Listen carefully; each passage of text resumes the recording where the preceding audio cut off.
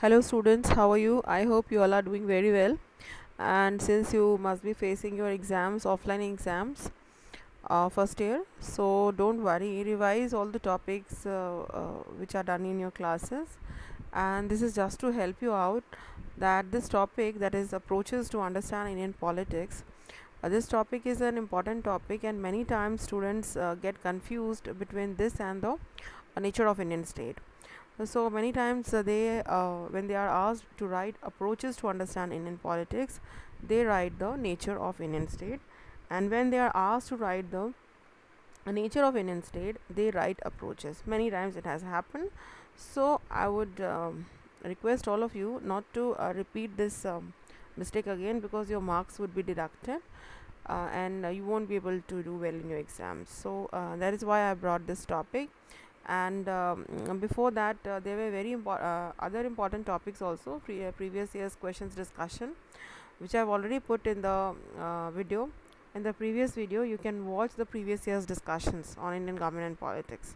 Okay, and if you find any difficulty, you can put a comment and I'll reply to that. Now पहली बात है, हमें समझना बहुत ज़रूरी है कि भारतीय राजनीति को समझने के लिए क्या उपागम है, क्या आधार है भारतीय राजनीति को समझने के लिए। और कई बार बच्चे ये कहते हैं कि मैम आप हिंदी में नहीं बोलती हैं और हिंदी में कंटेंट भी नहीं होता है, बट ऐसा नहीं है। जो भी मैंने इस प्रोसेस का शुरुआत किया था during the covid period, and still I am trying to continue with few important topics so that it would help you in the longer term. और जो बच्चे हमारी क्लास में नहीं हैं पर हमसे जुड़े रहते हैं, उनको भी इससे लाभ हो। तो ये बहुत ज़रूरी है कि कौन कौन से उपागम हैं उनको हम समझें भारतीय राजनीति को समझने के लिए। तो पहला है ट्रेडिशनल अप्रोच, जिसे हम नॉर्मेटिव अप्रोच भी कहते हैं। इसे आप हिंदी में कहेंगे पारंपरिक दृष्टिकोण और मानक दृष्टिकोण, ठीक है, या मूल्यवर्धक भी हम कहते हैं। हिंदी में थोड़ी सी आपको ध्यान रखना पड़ेगा कि हिंदी का एग्जैक्ट आप क्या लिखें। फिर दूसरा है मॉडर्न अप्रोच, एम्पिरिकल अप्रोच, आधुनिक दृष्टिकोण, अनुभवजन्य, इसे हम अनुभवजन्य भी कहते हैं। अब क्यों कहते हैं मैं आपको एक्सप्लेन करूँगी। So first let us go to the traditional approach. You must have learned in your classes and elsewhere also when you are doing this paper कि जो परंपरागत आधार है उसमें मूल्यों का बहुत बड़ा रोल है। उसमें जो है क्वालिटी का भी बहुत बड़ा आधार है, क्वालिटेटिव जिसे हम कहते हैं उसका भी बहुत बड़ा आधार है। क्वांटिफिकेशन नहीं है, क्योंकि क्वालिटी के आधार पर चाहे हम दार्शनिक स्तर पर देखें, हम ऐतिहासिक स्तर पर देखें, संस्थागत या कानूनी स्तर पर देखें, तो क्वालिटी का एक बहुत बड़ा रोल रहता है, वैल्यू का रोल रहता है। फॉर एग्ज़ाम्पल, अगर हम पहला अप्रोच देखते हैं ट्रेडिशनल में, फ़िलोसफिकल, जिसमें आप अरस्तु, प्लेटो और जो भी स्कॉलर्स हैं आपने फ़िलोसफिकल पढ़े हैं, इंडियन फ़िलासफ़ी में पढ़े हैं, गांधी, इन लोगों ने जो है दार्शनिक जो अपना आधार दिया है चीज़ों को समझने के लिए, इसे हम फ़िलोसफिकल कहते हैं। और क्योंकि जब दार्शनिक आधार होता है तो उसमें मूल्यों का रोल बहुत ज़्यादा होता है कि हमें क्या करना चाहिए, ठीक है। हिस्टोरिकल, जैसे ऐतिहासिक, जैसे आपने कार्ल मार्क्स पढ़े होंगे, ठीक है, हीगल का अप्रोच, मार्क्स ने हिस्टोरिकल मटेरियलिज्म का अप्रोच दिया है, तो वो उपागम इसमें आपको लिखने हैं जो हिस्टोरिकल आधार पर भारतीय राजनीति को समझने में हमें मदद करते हैं। आपको इसमें कोशिश करनी है वैल्यूज़ और फैक्ट के बीच में जो डायकॉटमी है, जो अंतर्द्वंद है, उसको लेके आना है, उसको समझाना है, और उसको ध्यान में रखते हुए स्कॉलर्स के नाम लिखते हुए, या कौन सी किताब में उन्होंने कौन सी फ़िलोसफिकल आधार, कोई जो भी स्कॉलर हैं, आप फॉर एग्ज़ाम्पल आप प्लेटो लिख लें तो उनकी बुक का नाम, किस तरह से वो दार्शनिक आधार दे रहे हैं, तो ये आप बताते हुए इसको इलाबोरेट कर सकते हो। देन जो इंस्टीट्यूशनल अप्रोच है, इंस्टीट्यूशनल अप्रोच एक्चुअली क्या है? इंस्टीट्यूशनल अप्रोच बहुत ज़्यादा, कई बार इसमें भी एक कन्फ्यूजन होता है कि कुछ बच्चे इंस्टीट्यूशनल अप्रोच को सोचते हैं कि ये मॉडर्न अप्रोच है। मैं ओल्ड इंस्टीट्यूशंस की बात कर रही हूँ, जैसे जो संस्थाएं जो अब तक बरकरार हैं। इसमें भी एक न्यू इंस्टीट्यूशनलिज्म का भी एक कॉन्सेप्ट है, जब आप कंपैरेटिव पढ़ेंगे तो वहाँ पे आपको पता चलेगा। इंस्टीट्यूशन, संस्थाएं, जैसे हो गया आपका legislature, executive, judiciary, press, media, तो इन संस्थाओं में भी बदलाव हो रहा है। तो जैसे हम कहते हैं ये न्यू इंस्टीट्यूशनलिज्म, तो न्यू इंस्टीट्यूशंस वो संस्था आधार है जिसमें हम नई नई संस्थाओं के जो रीसेंट संस्थाएं हैं उनके बारे में हम समझने की कोशिश करते हैं, और उनके जो मतलब काम है, उनके जो फंक्शंस हैं उसमें कैसे बदलाव हो रहा है। लीगल जैसे कानूनी आधार, many of you must be knowing कि लॉ जो था बहुत इंपॉर्टेंट था। जैसे हमने हॉब्स के समय नेचुरल लॉ पढ़ा, तो लॉ किस तरह से, क्योंकि बहुत पुराना अप्रोच रहा है लॉ, ठीक है, और लॉ से हम भारतीय राजनीति को समझने की कोशिश करते हैं, क्योंकि लॉ एटलीस्ट आपने जॉन रॉल्स ही पढ़ा होगा जस्टिस, तो उनकी जॉन रॉल्स की थ्योरी ऑफ जस्टिस तो नया आधार है चीज़ों को समझने का। देन मॉडर्न अप्रोच में जब हम आते हैं, तो मॉडर्न अप्रोच में ज़्यादातर बच्चे डेविड स्टन का सिस्टम अप्रोच लिखते हैं, प्रणाली दृष्टिकोण।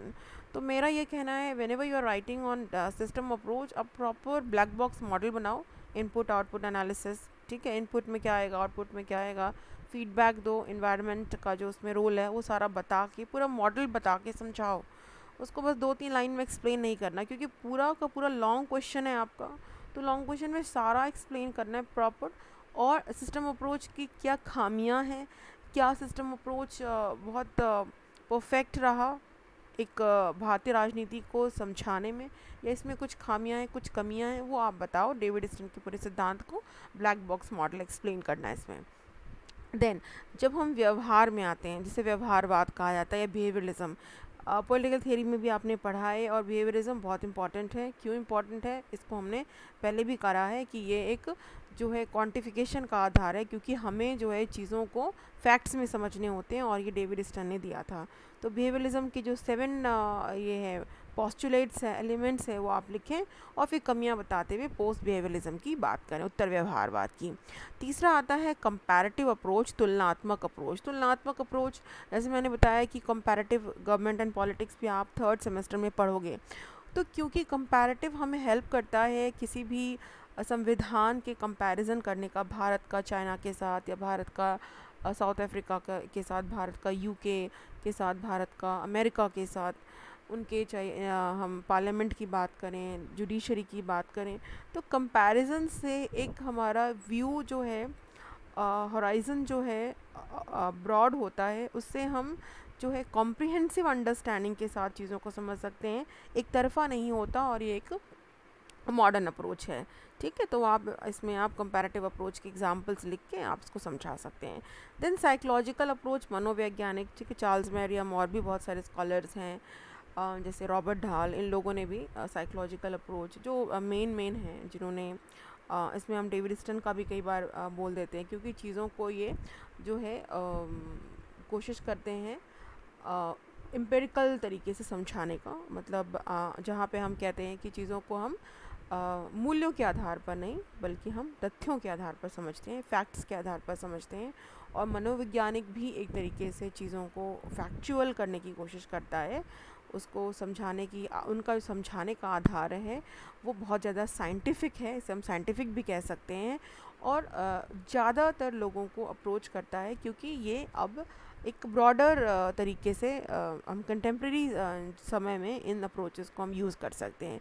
परंपरागत, अब जब आप इसका एक एनालिसिस लिखेंगे कि ट्रेडिशनल मॉडर्न अप्रोच के कंपैरिजन करेंगे, कौन बेहतर है, कौन बहुत ज़्यादा अच्छा है, और कौन बेकार है, कौन सा अप्रोच जो है हम यूज़ नहीं कर सकते, तो basically you will have to say, when you are writing the traditional and modern approach का comparison, you have to say that both the approaches they have their own limitations, उनकी सीमाएं हैं, क्योंकि एक जो है पूरा का पूरा वैल्यूज़ के बारे में बात करता है, और पुराने ज़माने से लेके अब तक हम वैल्यूज़ को लेके आ रहे हैं, और वैल्यूज़ में बहुत सारी बातें बहुत अच्छी भी हैं, और जब हम कंटेम्प्रेरी की बात करते हैं, क्वांटिफिकेशन की बात करते हैं, तो वहाँ पे फैक्ट्स में हर चीज़ों को हम फैक्ट्स में नहीं समझ सकते हैं, क्योंकि सोशल साइंस रिसर्च में जब आप रिसर्च करोगे या समझोगे, कोई प्रोजेक्ट करोगे, तो एक बहुत बड़ा एक एनालिसिस है कि हम प्योर साइंस इसे नहीं बना सकते सोशल साइंस को। तो इसलिए दोनों में एक तालमेल बिठा के चलना होगा, दोनों में कमियां क्या हैं, तो उस कमी को कौन सा अप्रोच पूरा करना है, ये सारी बातों को तो थोड़ा सा ये टॉपिक को समझना पड़ेगा। रटने से नहीं होता है कि आप कहीं से भी आपने कोई भी कंटेंट मिल गया आप रट गए। 2-3 किताबें आप इन गवर्नमेंट एंड पॉलिटिक्स में, मैंने पहले ही बताया, Oxford companion to politics in India, that is by Niraja Gopal Jayal and Pratap Bhanu Mehta. You can also go for MP Singh, Rekha Saxena, Indian politics, ठीक है। और बाकी आप काफ़ी PDF हैं, स्कॉलर्स या फिर रीडिंग्स भी, यूनिवर्सिटी की रीडिंग्स भी आप रेफ़र कर सकते हो, जो कॉन्स्टिट्यूशन और पॉलिटिकल प्रोसेस के लिए है, ऑनर्स वाले बच्चों के लिए। आप और क्लास नोट्स आप जो क्लास में हो रहा है वो, और प्लस आपका जो मैं भी बहुत सारी वीडियोस या फिर चीज़ें अपलोड कर रही हूँ जो आपको हेल्प करता है। अपनी तरफ से भी कोशिश करती हूँ मुझे जब समय मिले तो और भी बच्चे जुड़ सके मेरे साथ, और आपको काफ़ी इसमें हेल्प हो। So I wish you all the best students. Don't panic because this is an offline exam, क्योंकि ऑनलाइन एग्ज़ाम्स में तो आपने देख के जहाँ से भी हुआ आपने लिखा है and you score, but this time this something long term, you need to understand things और अच्छे से करो। और if you find any issues you let me know. Thank you, God bless you, bye, take care.